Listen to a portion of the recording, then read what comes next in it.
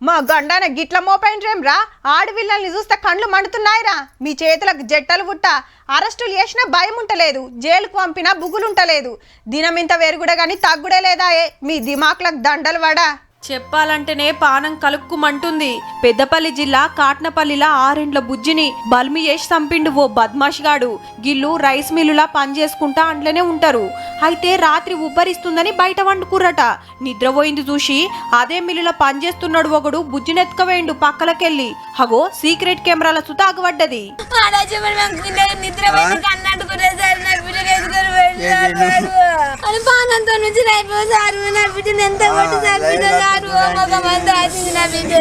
బీహారోడు మధ్యప్రదేశోడు ఇద్దరుండ్రని వీళ్ళు చెప్తుంటే పోలీసులు ఒక్కడనే అరెస్ట్ చేసిండ్రు మళ్ళా ఇలేకర్ల మీటింగ్ సుత పెట్టలే గిట్ల జరిగింది గట్ల ఎంక్వైరీ చేస్తున్నామని రక్షణ చట్టాలు ఈ రోజు ఏది మా పాప ఎందుకు యాజమాన్యం రావద్దు ఇక్కడికి దుండగులను ఇద్దరిని వెంటనే వాళ్ళిద్దరిని బహిరంగంగా కాల్చి చంపాలి. వీళ్ళది ఆసిఫాబాద్ జిల్లాల సొంతూరైతే డెడ్ బాడీని తీసుకుపోయి ఆఖరి కార్యం చేసిండ్రు.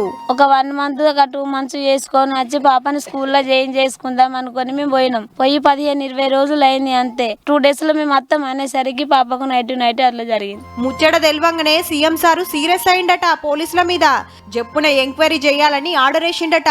బాధిత కుటుంబానికి ఆశ్రయితం నిందితులకు కఠిన శిక్ష పడేటట్టు చూస్తామన్నాడు పెద్దపల్లి ఎంపీ వంశీసారు. ఇక అటు మహిళా సంఘాలు ప్రజా సంఘాలు కూడా రోడ్ల మీదకి వచ్చినాయి.